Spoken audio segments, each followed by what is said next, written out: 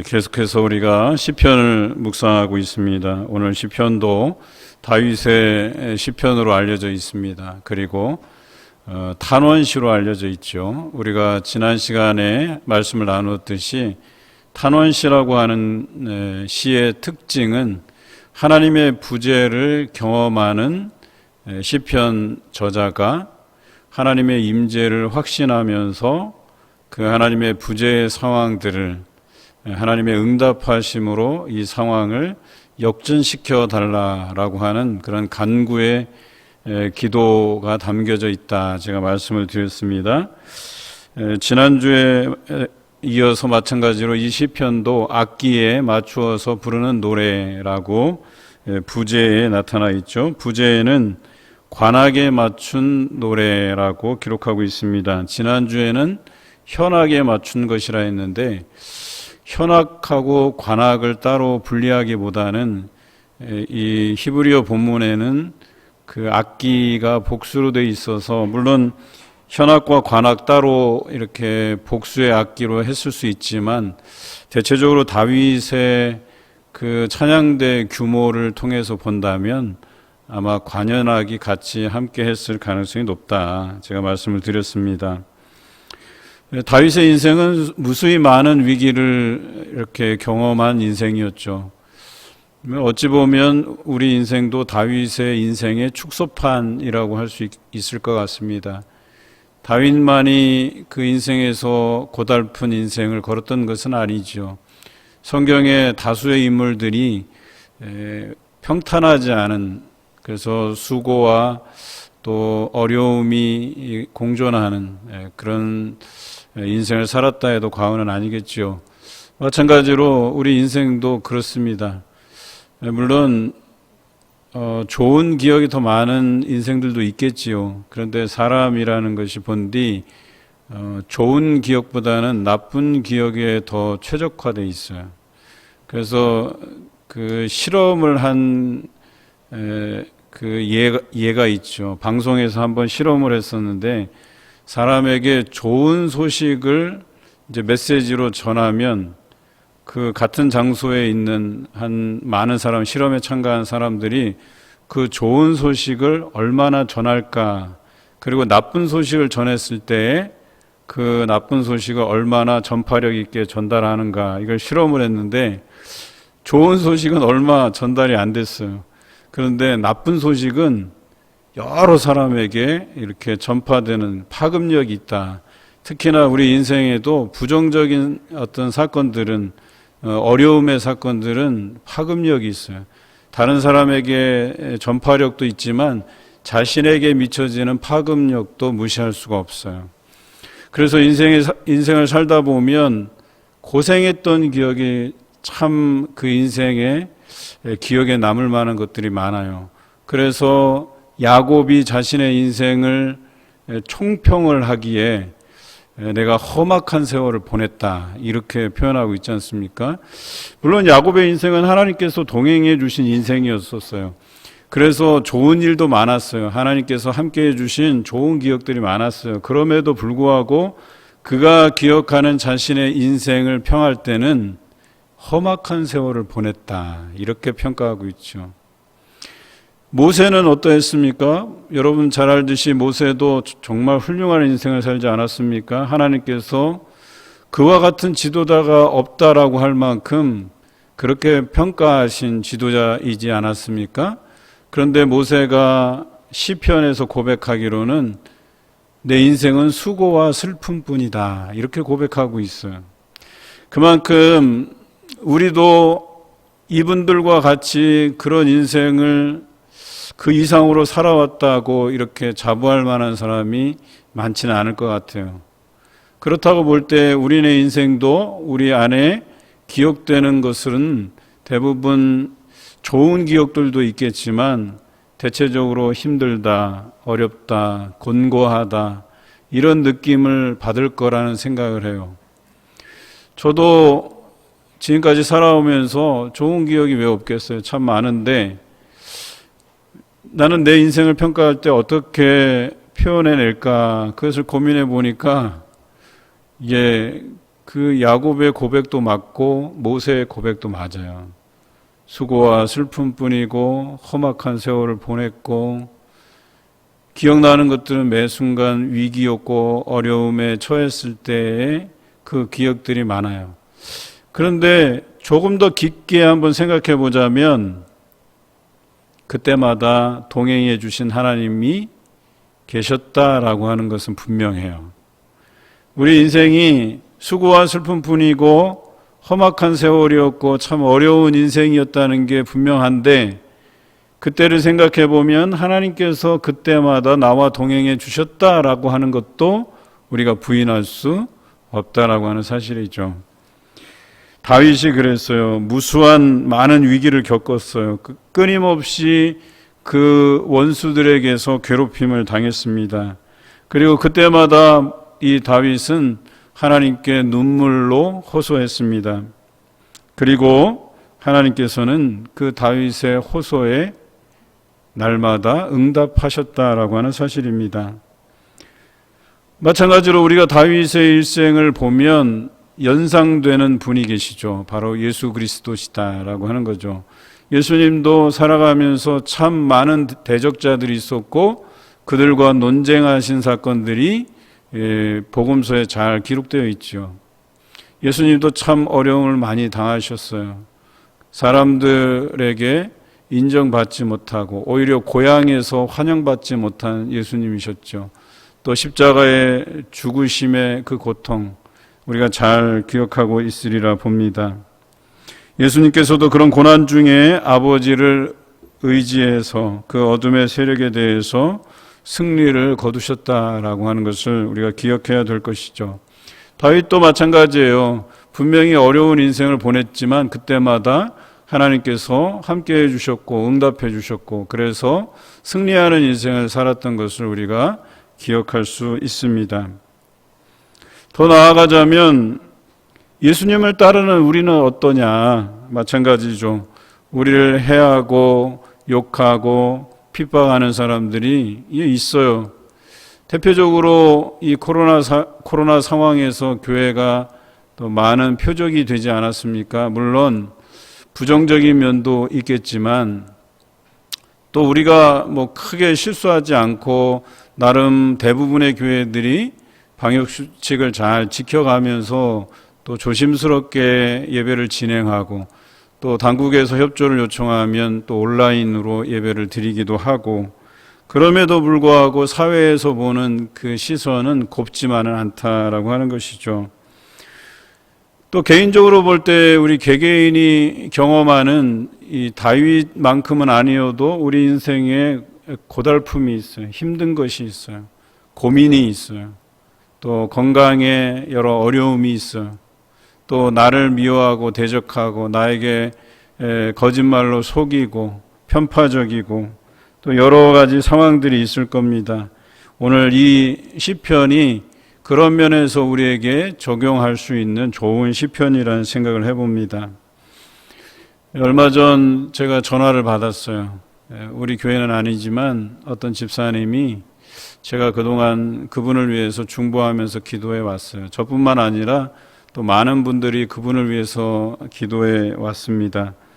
이분이 처음 암이 재발했을 때 참 어려웠어요. 뭐 암이라고 하면 여러분들 중에서는 그 암을 경험해 보신 분도 계실 거예요. 뭐 저희 어머니도 위암을 이렇게 앓다가 별세하셨지만 그 암이라고 하는 것 이게 쉽게 말할 수 있는 부분이 아니에요. 그래서 우리가 흔히 말할 때 암적인 존재, 저는 이 말이 제일 싫더라고요.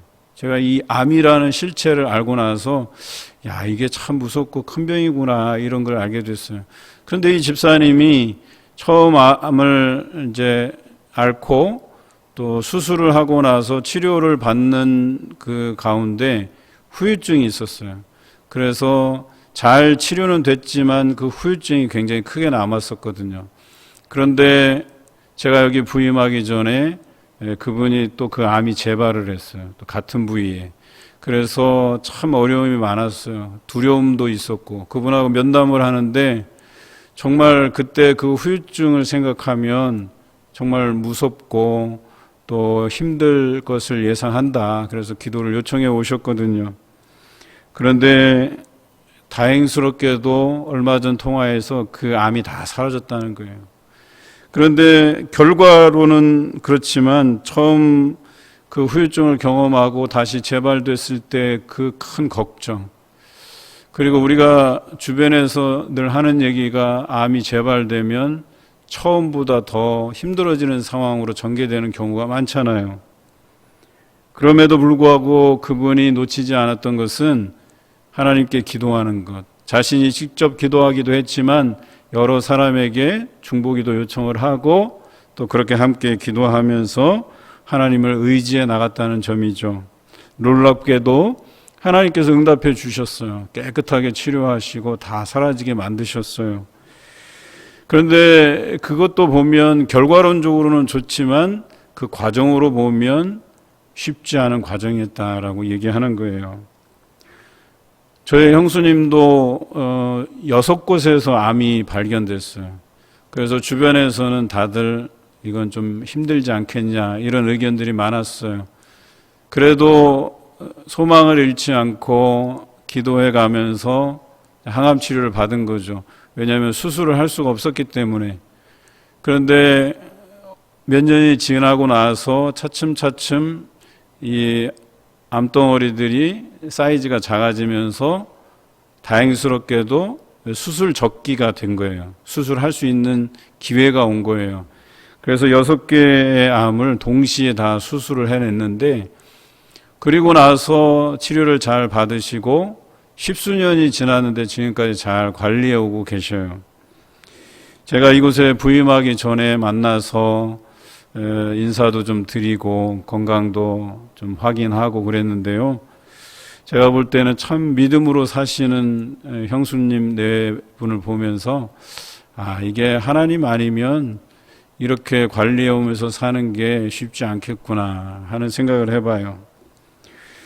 물론 우리 교인 중에서도 어느 권사님 또 투병 중에 계시는데 찾아가 뵀을 때 보면 너무나도 평안하세요, 얼굴에. 제가 그걸 보면서 오히려 위로를 받아요. 하나님을 굳게 믿고 또 하나님만 의지해 가시는구나.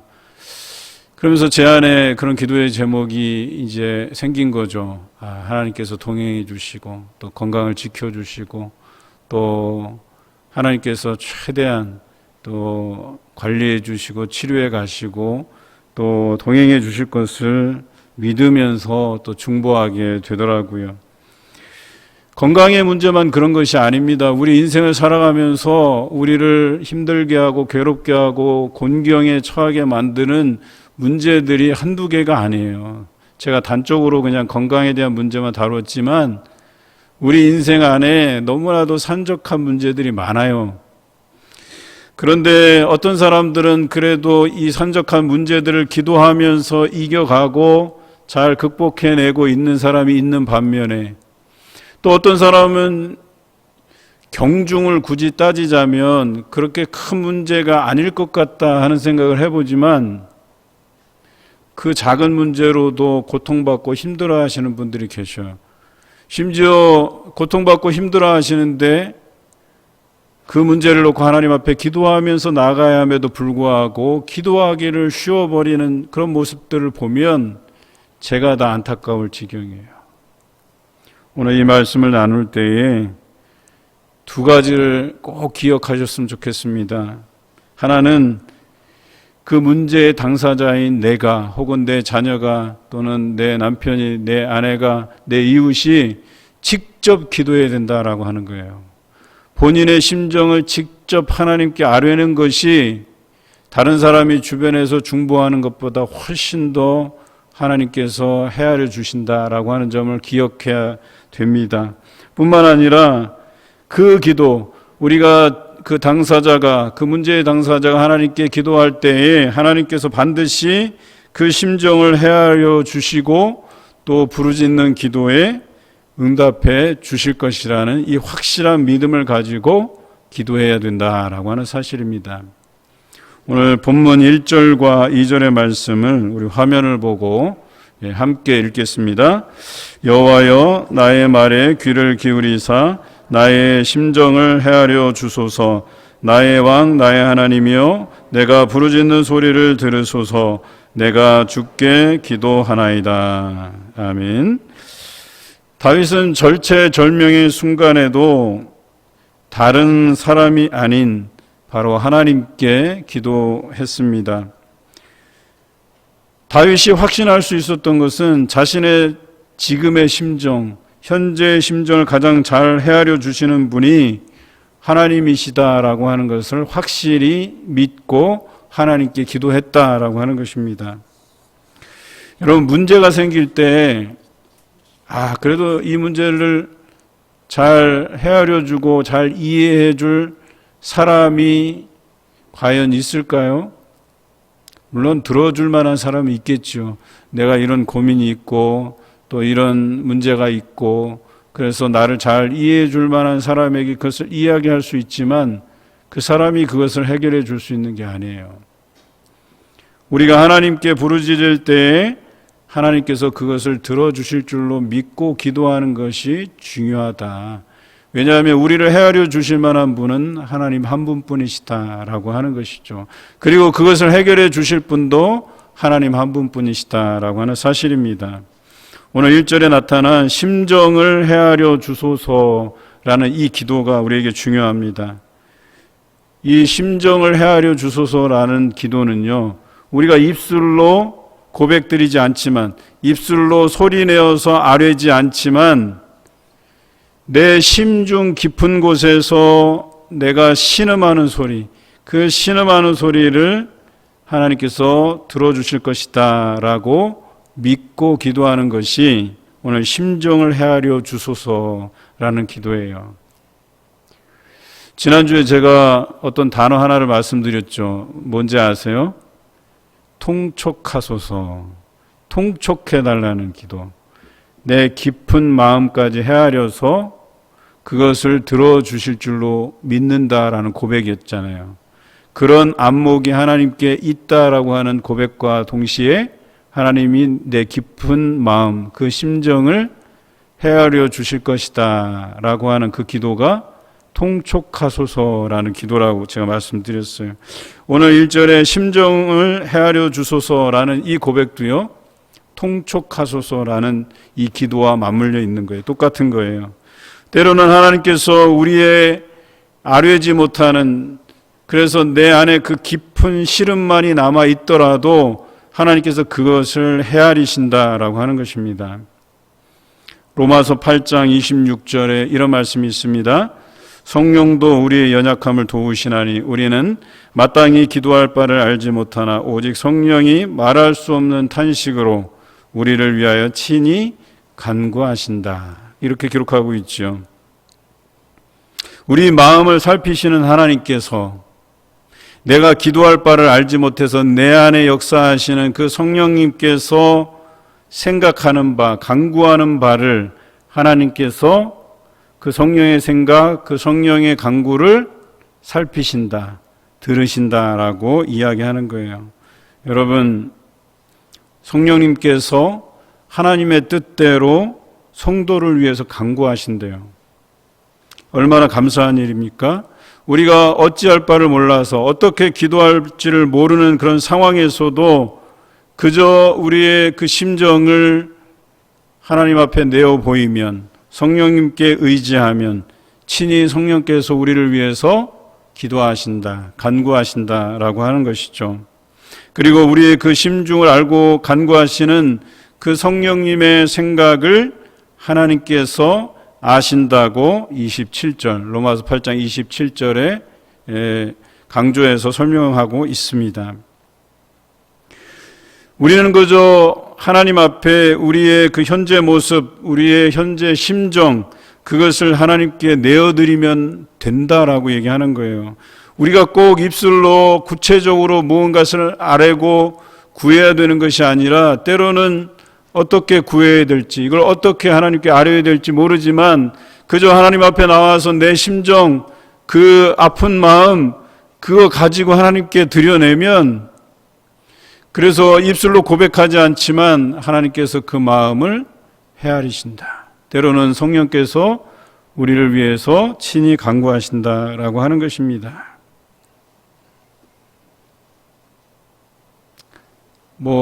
말로 표현하면 이렇겠죠. 물론 여기서 말하는 심정을 헤아려 주소서라는 기도는 말로 하는 기도는 아니지만 속으로 이런 기도를 할 거예요. 하나님, 저의 상태가 지금 이렇습니다. 매우 어렵습니다. 매우 곤고합니다. 내가 눈물이 날 지경입니다. 내가 어찌할 바를 모르겠습니다. 라고 하나님 앞에 나아간다면, 그 우리의 마음을 담아낸다면, 그래서 오직 내가 의지할 분은 하나님 한 분뿐이십니다. 오직 하나님만 의지합니다. 오직 하나님만 내가 바라봅니다. 라고 한다면 하나님께서 그 기도를 깊이 헤아려 주신다라고 성경은 기록합니다. 이런 확신이 다윗에게 있었던 거예요. 그래서 다윗이 때로는 고통 중에 있을 때에 입술로 아뢰지 못하고 그저 이 억울한 심정, 어려운 마음, 곤고한 마음, 답답한 마음, 이것을 하나님께 내어드렸다라고 하는 것이고, 그것을 하나님께서 헤아려 주시고 들어주셨다라고 하는 것입니다. 오늘 본문 2절에는 부르짖는 기도가 또 언급되어 있습니다. 부르짖는 기도는 두 종류의 히브리어로 표시됩니다. 하나는 짜카라는 단어인데요. 이것은 큰 소리로 부르짖는 거예요. 소리를 높여서 큰 소리로 부르짖는 것, 짜카. 그리고 오늘 본문에 나오는 이 부르짖는 기도는 다른 히브리어예요. 샤부이라고 하는 단어인데요. 이것은 눈물을 흘리는 기도예요.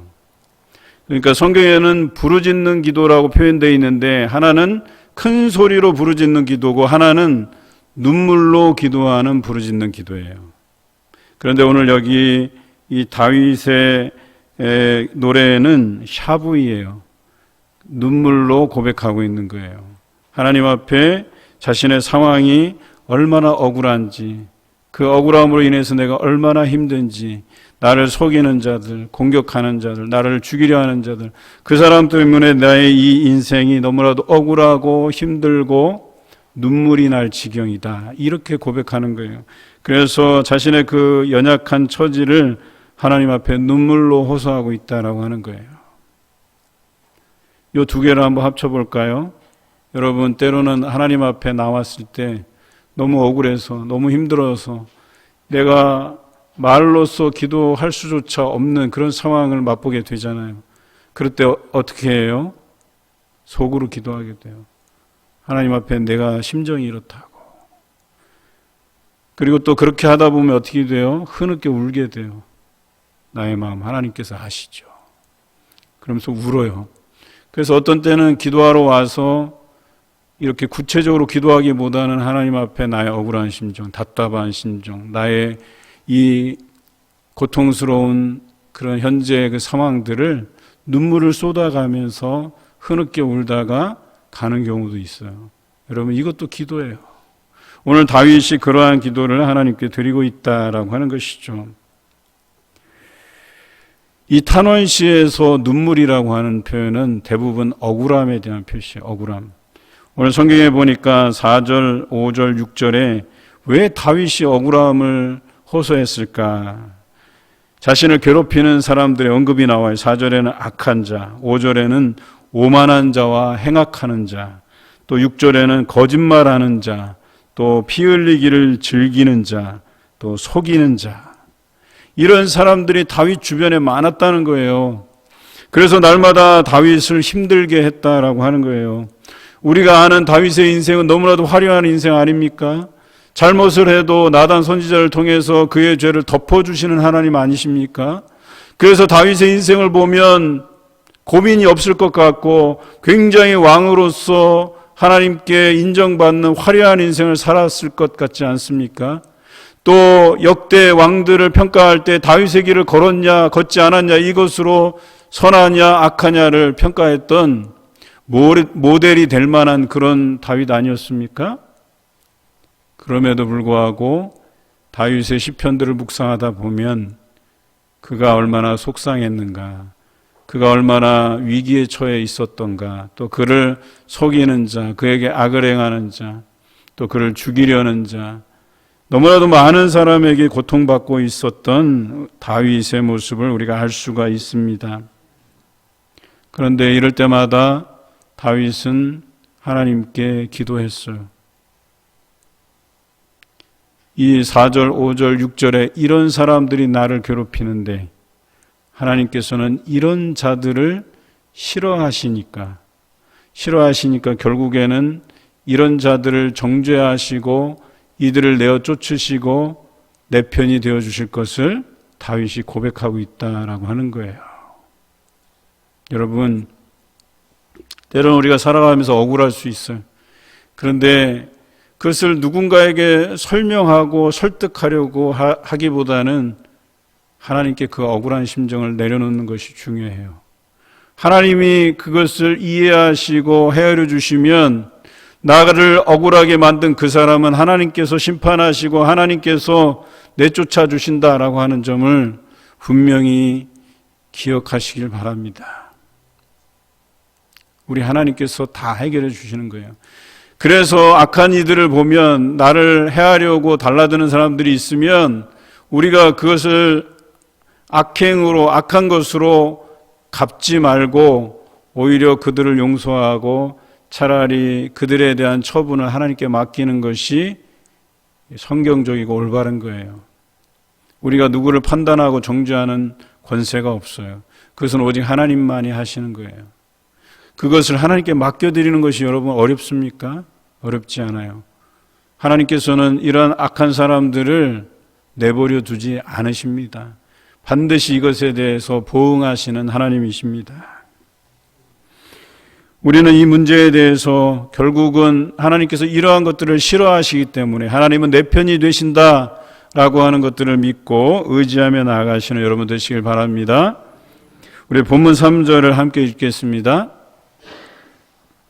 여호와여, 아침에 주께서 나의 소리를 들으시리니 아침에 내가 주께 기도하고 바라리이다. 어디서 많이 들어본 구절 같지요. 우리가 지난번에 묵상했던 시편 3편 5절에 나와 있죠. 내가 누워 자고 깨었으니 여호와께서 나를 붙드심이로다. 여러분, 이 시편은 언제 지어진 겁니까? 다윗이 압살롬에게 쫓겨나서 도망치면서 부른 노래 아닙니까? 그런데도 불구하고 그 쫓기는 상황 속에서도 하나님께서는 내 편이 되어 주실 것이라는 이 확신과 더불어서 그 밤에 평안히 잘 수 있었다. 제가 이렇게 말씀드렸어요. 그리고 아침에 일어나 보니까 하나님께서 나를 붙드심이로다. 내 편이 되어 주셨다라고 하는 그 확신을 가지게 되었다라고 하는 것이죠. 이 기도의 분위기가 오늘 이 3절의 분위기와 닮아 있어요. 우리 다시 한번 3절을 제가 읽어드릴게요. 여호와여, 아침에 주께서 나의 소리를 들으시리니 아침에 내가 주께 기도하고 바라리이다. 아침에 하나님께서 나의 기도를 들어주신대요. 이 다윗이 날마다 그런 삶을 살았어요. 어떤 어려움이 있더라도 그 하루를 하나님께서 평안히 잠들게 하시고 아침이 되면 내가 소상히 나의 지금의 이 상태를 하나님께 기도 드릴 때 하나님께서 응답해 주실 것이다. 들어주실 것이다. 그래서 나는 날마다 아침에 주께 기도하며 주를 바라리이다. 이렇게 고백하고 있는 거예요. 여러분, 얼마나 대단한 고백입니까? 그저 인생에서 한두 번 위기가 온 게 아니에요. 정말로 많은 사람들이 여전히 그를 해하려고 주변에서 노리고 있는데 다윗은 그때마다 그 아침에 하나님께 그 기도의 제목들을 올려드리고 오직 주를 바라보는 그런 모습으로 살아갔다라고 하는 것이죠. 여러분, 이 기도의 분위기는 마치 이래요. 여러분, 아침에 아침상을 차리잖아요. 그래서 아침상을 딱 차리면 거기에 여러 반찬들이 이렇게 가지런히 놓여 있잖아요. 그런데 오늘 이 기도가 그런 분위기예요.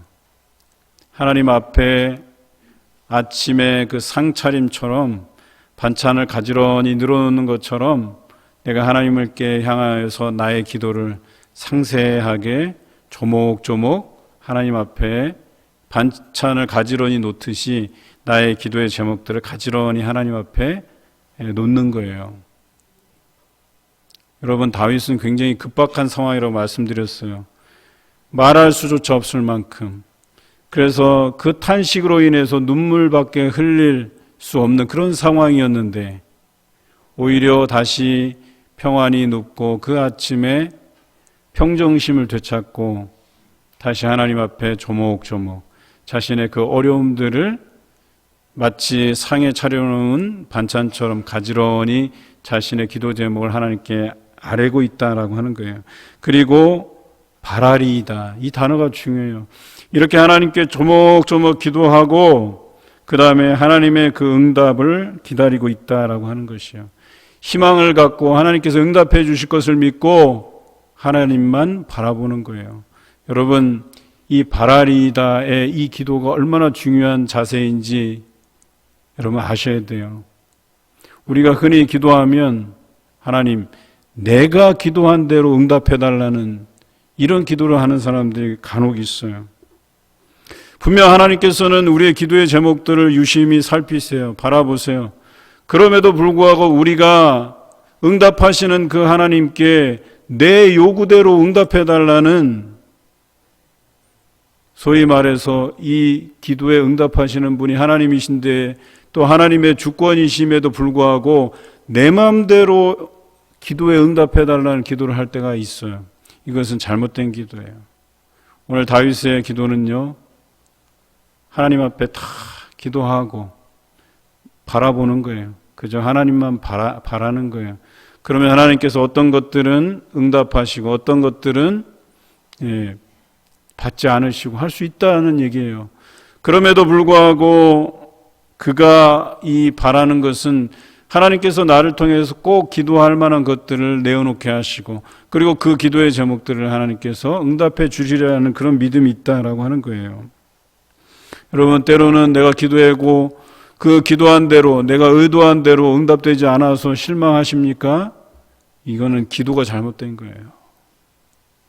우리는 응답하심에 감사할 뿐이지 하나님께서 어떤 식으로라든 우리에게 응답하시는데, 제가 지난번 말씀드린 것처럼 어떤 것은 속히 응답해 주시는 게 있고 어떤 것은 때를 따라서 기다리라고 언젠가 그 때가 오면 하나님께서 응답해 주시는 기도가 있고 어떤 것은 노 하실 때도 있다는 거예요. 그게 그 사람에게 신앙에 유익하지 않는 것들은 응답해 주시지 않을 수도 있다는 거예요. 그럼에도 불구하고 우리는 기도할 때마다 이렇게 응답해 달라고, 그리고 그렇게 구체적으로 기도하는 것이 옳은 기도라고 고집하는데 그렇지 않아요. 구체적으로 기도하지만 응답하시면 하나님께 맡겨드리는 자세가 필요한 거예요. 그럼에도 불구하고 여기 기도에는 하나님께서 응답해 주실 것에 대한 기대가 포함되어 있어요. 기대하지 말라는 게 아니에요. 기대는 하라는 거예요. 그런데 응답하시는 하나님께 모든 것을 맡겨두라는 거예요. 맡겨드리라는 거예요. 본문 7절을 우리 함께 읽겠습니다. 화면을 보고, 오직 나는 주의 풍성한 사랑을 힘입어 주의 집에 들어가 주를 경외함으로 성전을 향하여 예배하리이다. 여러분, 우리가 기도할 수 있는 것은요, 하나님께서 우리를 꾸짖지 않기 때문에 마음껏 기도할 수 있는 거예요. 오늘 성경에 보니까 그 풍성한 사랑을 힘입어서 기도한다 그랬어요.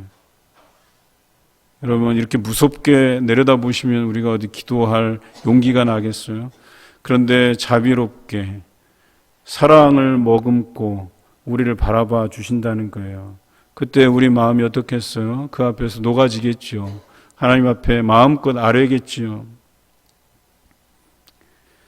꾸짖지 않기 때문에 부드럽게 우리를 받아주시는 그 하나님의 사랑이 있기 때문에 우리는 마음껏 하나님께 기도할 수 있다라고 하는 거예요. 여러분, 가끔씩 가정에서 보면 우리 자녀가 고민을 상담해 올 때가 있어요. 물론 흔하진 않아요.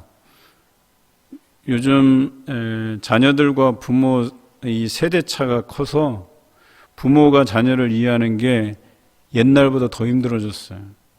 요즘 아이들의 언어, 문화 이런 것들 이해하기가 참 어려워요. 얼마 전 우리 큰애가 머리 커트를 하고 왔는데요. 이 커트한 게 마음에 안 들어갖고 막 속상해하는 거예요, 굉장히. 제가 볼 땐 잘 잘랐는데 제법 괜찮게 이렇게 멋지게 이렇게 해서 머리도 이렇게 넘기면 될 것 같은데 이 자기 마음에 안 드는 거예요, 이게. 그 아이 머리 스타일 하나도 이해하기가 어려운 거예요, 부모가. 그 아이와 함께 살면서 그 아이의 취향, 문화적 어떤 갭, 또 걔가 어떤 걸 좋아하고 어떤 음식을 좋아하고 이런 것조차도요, 헤아리기가 어려울 때가 많아요. 그런데 정말 어쩌다 한번 만약에 자녀가 부모에게 자기의 고민을 털어놓았다고 하십시다. 어려운 상황에 처했을 때 부모에게 도움을 청하려고 어떤 어려움을 이렇게 털어놓았다고 해봅시다.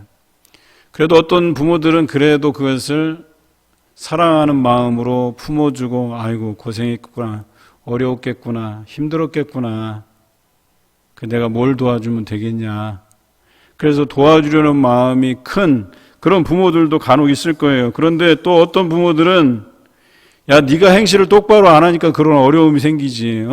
엄마 아빠가 내가 그렇게 얘기했는데 네가 그 말 안 들으니까 이런 일들이 생기지. 이렇게 타박을 하는 부모들도 종종 있으리라 봐요. 그런데 하나님께서는 이렇게 타박하시는 분이 아니시라는 거예요. 우리의 상황을 이미 다 알고 계셔요. 우리의 연약함 때문에 곧장 하나님 앞에 달려가서 무릎 꿇고 엎드려서 눈물로 기도하지 못했던, 주저하고 내 방식대로 이 어려움들을 한번 해결해 보려고 몸부림치는 그 연약한 그 어리석은 모습들까지도 하나님께서 아시고 그 마음을 헤아려 주신다라고 하는 거예요.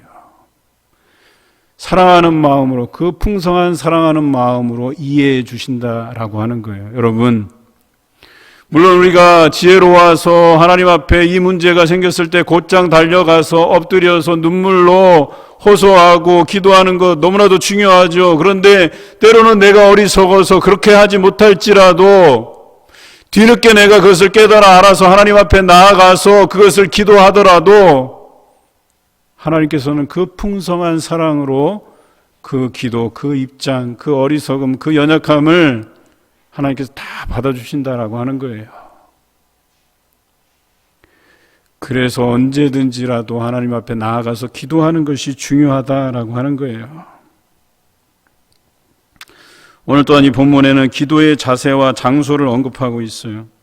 하나님을 경외하는 자세와 성전을 향하여 예배하라는 모습을 오늘 기억하고 있죠. 경외함이라고 하는 것을 오늘 여기서는 엎드린다라는 표현으로 해석하면 좋겠어요. 하나님을 경외한다라고 하는 것은 엎드리는 거예요. 그 하나님께서 이 모든 문제를 해결해 주실 것이라고 믿고 그 하나님의 그 경외로움에 우리는 엎드리는 거예요. 다 내려놓는 거예요. 그동안은 내가 인간적인 수단과 방법으로 이 문제를 좀 해결해 보려고 발버둥 쳤지만 이제는 하나님 앞에 그 경외심을 갖는다라고 하는 것은 그 인간적인 방법들 다 하나님 앞에 내려놓사오니 오직 하나님의 뜻대로 행하소서, 하나님의 응답하심을 내가 믿고 바라리이다 라고 하는 자세예요. 그래서 엎드리는 것이 필요한 거예요. 장소는 거룩한 성전, 성전을 향해서 예배하리이다. 하나님의 임재의 상징, 그곳에서 거룩한 성전에서 하나님 앞에 엎드려 기도하라는 거예요. 이것이 기도하는 자세와 장소라고 할 수 있겠죠. 여러분, 기도는요, 언어적 유의가 필요하지 않아요. 또 화려한 언변이 필요하지 않습니다. 미사오구가 필요하지 않아요. 그저 하나님의 임재의 장소, 그 거룩한 장소로 나아가서 엎드려 기도하면 되는 거예요. 자세와 장소가 그래서 중요한 거예요. 지금 상황으로 이야기하자면 새벽 기도죠, 새벽 기도. 오늘 다윗이 어떻게 노래합니까? 아침에 주께 기도하나이다 그러잖아요. 그리고 오늘 여기 보면 성전에서 또 엎드려서 경외함으로 이렇게 표현하고 있잖아요. 우리가 새벽 기도에 나와서 하나님 앞에 엎드리는 기도. 때로는 말로 표현하지 않지만 내 깊은 심정 하나님께서 이해해 주시리라고 내 마음을 내려놓는 기도. 때로는 어찌할 줄 몰라서 깊이 탄식함으로 눈물로 기도하는 것. 이것마저도 하나님께서 들으신다라고 하는 것이죠. 새벽 기도회가 그 교회의 10분의 1이라는 이야기를 많이 들어보셨죠. 대체적으로 그렇습니다. 새벽 기도 인원을 보면 이 교회가 주일날 낮 예배에 오전 예배에 얼만큼 나오겠다 하는 가늠이 돼요. 척도가 돼요. 대체적으로 10%, 조금 많이 잘 나오는 교회들은 한 15% 돼요. 15%. 저희가 새벽기도 때 제가 말씀을 전하면서 유심히 숫자를 세봐요. 그러니까 한 22명, 좀 많으면 24명 이렇게 나오더라고요. 그러니까 우리 교회 현재 물론 20% 한정해서 예배를 드리지만 뭐 오전 예배 제가 구체적으로 쉬어보진 않았지만 한 200명에서 한 220, 30명 사이 이 정도 나올 것이다. 계산이 서는 거예요. 그런데 저는 그래요. 우리 새벽기도가 더 활성화되었으면 좋겠어요. 젊은 사람들이 또 새벽기도에 더 열심히 나왔으면 좋겠어요. 그래서 하나님 앞에 자신의 그 문제들을 놓고 입술로 기도하지 않더라도 마음을 내려놓고 또 그것이 안 되면 깊은 탄식으로 눈물로 하나님 앞에 기도하면 하나님께서 그 모든 기도에 응답해 주시리라 믿습니다. 우리 11절과 12절에 한번 읽어볼까요? 그러나 주께 피하는 모든 사람은 다 기뻐하며 주의 보호로 말미암아 영원히 기뻐하고 주의 이름을 사랑하는 자들은 주를 즐거워하리이다. 여호와여 주는 의인에게 복을 주시고 방패로 함같이 은혜로 그를 호위하시리이다. 하나님께서 의인의 간구하는 기도를 들으신다고 해요. 성경 여러 곳에 나옵니다. 여러분이 하나님과의 그 관계 안에서 하나님께서 기도에 응답해 주시리라 믿고 기도하면 하나님께서 여러분에게 그 마음을 기쁘게 하시겠다, 즐겁게 하시겠다 뿐만 아니라 방패가 되어주시겠다. 그리고 여기에 특징적인 게 하나 더 나타나 있는데요. 복을 주신다 그랬어요. 조금 분위기와 맞지 않는 것 같지만 하나님께서 우리 어려움 중에 기도하면 그 어려운 문제만 해결해 주시는 것이 아니라 나의 방패가 되어 주실 뿐만 아니라 우리에게 복을 주신다라고 성경이 기록하고 있어요. 그러면 쉬운 표현으로 해볼까요? 우리에게 그 어려운 상황이 주어져 있을 때 그 상황이 우리에게 복 주시기 위한 상황으로 이해해도 좋겠다는 거예요. 내가 어려움을 만날 때에 이것도 역시 하나님께서 우리에게 예비해 주신 복을 위해서 있는 거라고 해석해도 타당하다라고 얘기하는 거예요. 여러분 괜찮지 않습니까? 내가 어려움을 당할 때 하나님께서 내게 복을 주시고자 하십니다. 생각하시고 기도하고 아뢰면 하나님께서 그 기도에 응답하시고 우리를 즐거워하게 하시고 기뻐하게 하시고 우리의 방패가 되어주시고 또 한 가지 우리에게 복 주시는 하나님이시다라고 하는 거예요. 8절과 12절에는 악한 사람들에 대한 부분이 담겨져 있어요. 결론적으로 악한 사람들은 하나님께서 정죄하신다, 쫓아내신다 이렇게 기록하고 있어요. 여러분 우리가 굳이 그들을 악을 악으로 대할 필요가 없어요. 그들의 처분을 하나님께 맡기시면 돼요. 하나님께서 그들을 심판하실 거예요. 그 심판을 미루시는 하나님이 아니세요. 반드시 그들을 심판하실 것입니다. 우리는 그저 하나님께서 응답해 주심을 통해서 즐거워하고 기뻐하고 심지어 방패가 되어 주시고 복 주시는 것들을 누려가면 되는 거예요.